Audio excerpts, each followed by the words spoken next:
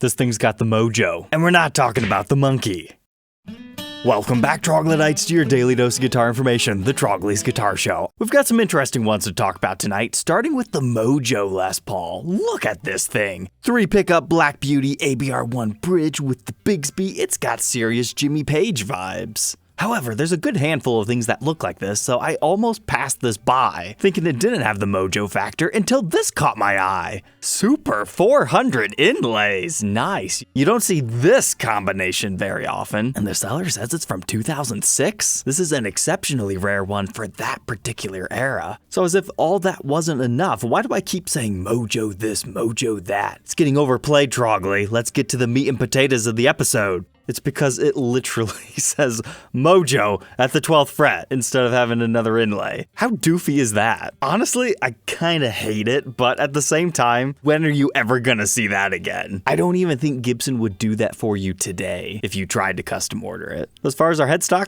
nothing else is different. We can tell it's a B7 reissue. 2006 is one of the years it could be. However, it could also be 2016. You would need to look at the case style, which unfortunately doesn't help us really narrow it down too much more. Next would be COA, if there's any pot codes. But in this case, if we take a close look at the fretboard, we can tell it's got the wood grain, so that's real ebony. And a 2016 would have rich light, unless it's one of the ones somebody paid crazy money for to have ebony, which could be a possibility here. But either way, it's kind of cool. Definitely worthy of sharing. If you want the Mojo LP, it's $9,000, listed by Charlie's Guitar Shop. For comparison's sake, a brand new one that looks exactly like this from Sweetwater with full warranty is $7,200. So have to decide for yourself, is the novelty of it being an older custom order worth it to you to pay a premium? But they're open to offers, so give it a shot. This next one, oh man, it's just fantastic. It's from 2017, and that is a great looking Les Paul. So we were just talking about the rich light era, right? Occasionally, dealers would opt to have maple fretboards put on their customs just so they could have a real wood. This idea first originated for Gibson back in the mid-70s, but the 2010s era ones have unlacquered maple fretboards. We had documented a red one of these, and that guitar has stuck in my head ever since. These are magical beasts. This one's particularly nice because look at the flame top on that. You can tell that's going to have a nice 3D effect to it. It's just insane, the wood grain that it's got underneath it too. It's almost got the deep ridges of a quilt top. Now I could be saying, that's the outside light, Trogly. This dude's in New Zealand, of course he's going to be living it up. But no, even the inside shots, you can tell that's looking fantastic. The color combination of the chrome, the maple, the blue, the white, very complimentary. Now he does say that he's gigged this thing. It's got scratches, nicks, and dings, although it's kind of hard to see the wear and tear in the photos. But it's got the COA and some of the original hang tags. Thankfully, the fretboard doesn't look too dirty. That's the problem with the unlacquered ones, is once dirt is on them and fingernail wear occurs, you can't get it off. And the back is a very, very deep blue, probably almost black. And we've got some stand rash at the bottom.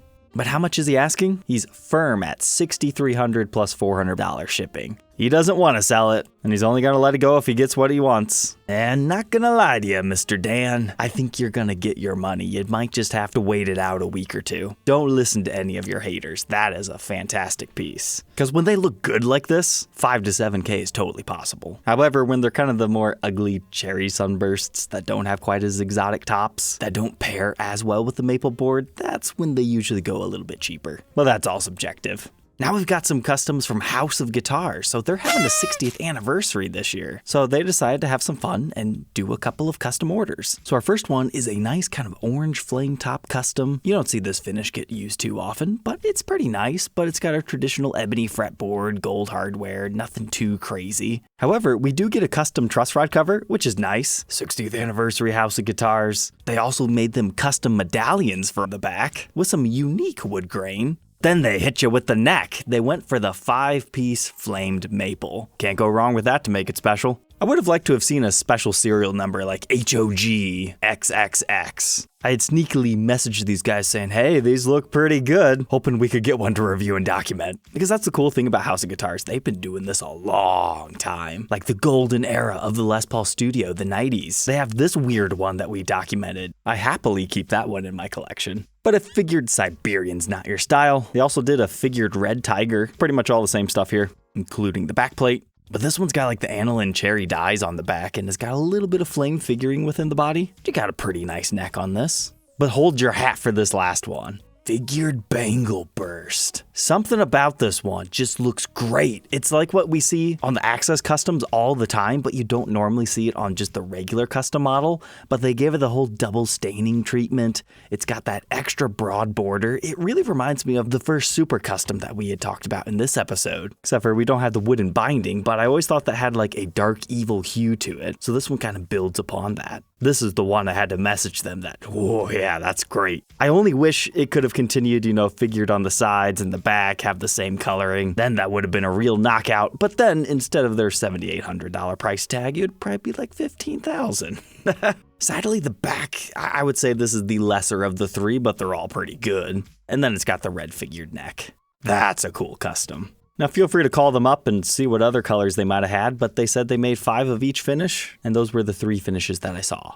But now we need to talk about custom colors for other dealers. Eddie's has been listing some real knockouts. These custom shop juniors are kind of a tough sell, so they had the idea, why don't we give them crazy custom finishes? So our first one is a silver sparkle with the tortoiseshell pick guard, which honestly works really well. It's not something I would have ever thought to have custom ordered, but now that it's here, just slap it in a BJA case and you're ready to go.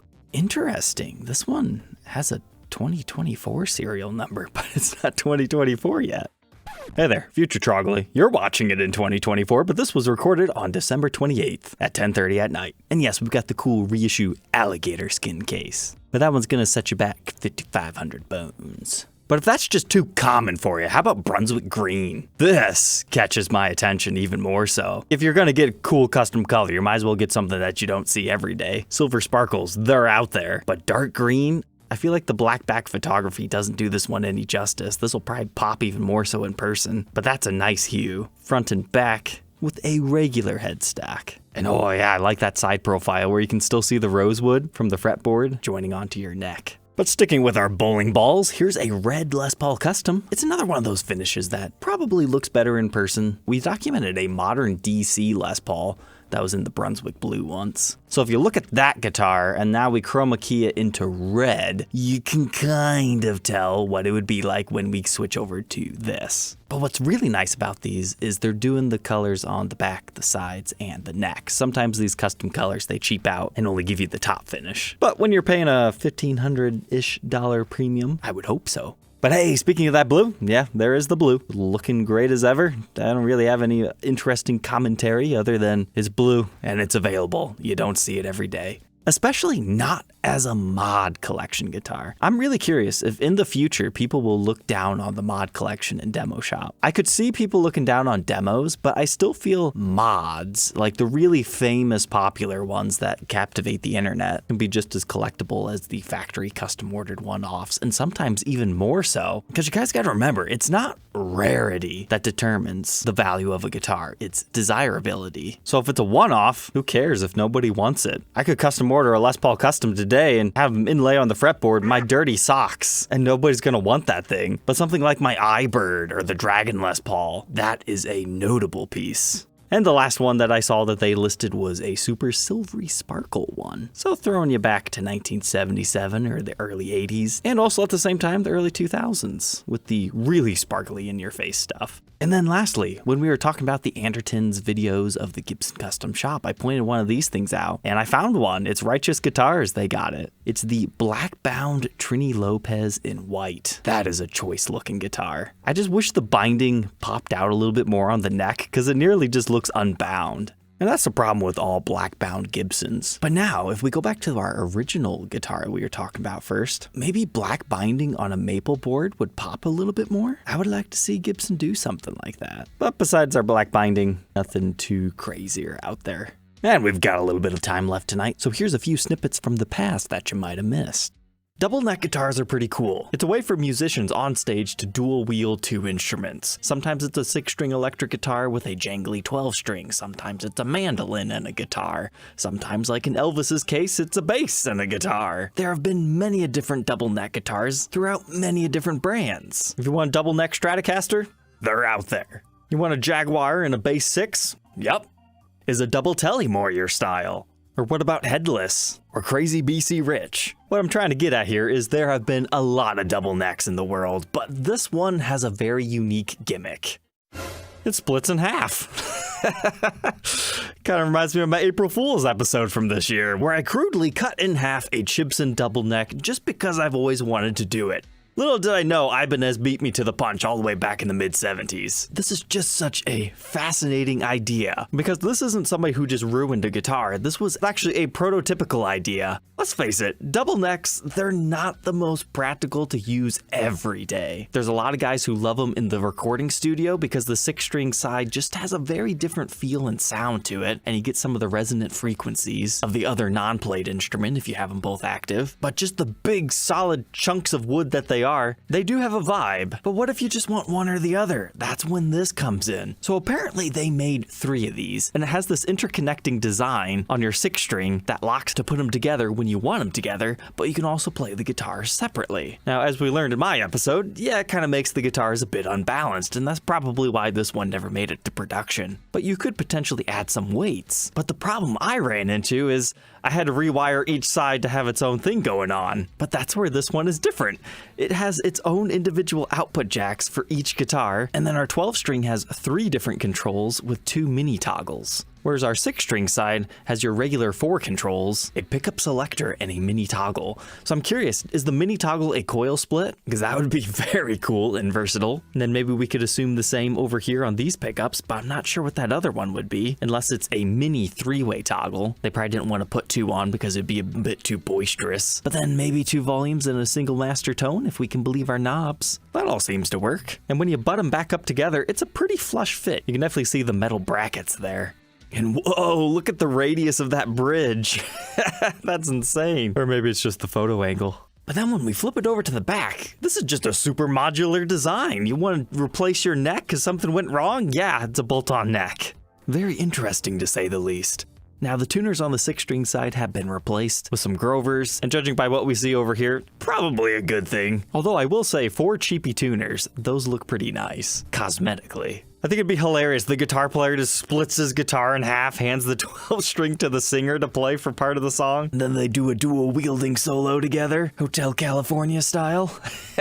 It's an idea for someone, but you also have to remember this is when Ibanez was using Gibson's headstock design, so that kind of makes it cool that it's from that era too. But how much are they asking for this weird design? Well, they started off at $8,500, now they're down to $68. It's been listed for 5 months, and they've only had 1 offer. And apparently there's a very affluent businessman in Europe who has the other 2, and he's wanted this 3rd one, but he doesn't want to pay this price, which I can totally understand. It's unique, but very limited buyer pool. But it's offered by Guitars West in California if you're interested in making him an offer.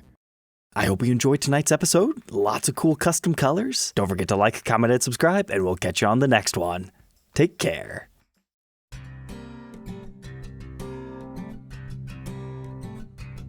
If you enjoyed tonight's episode, consider subscribing. I post videos like this every day. And you might even enjoy this next one.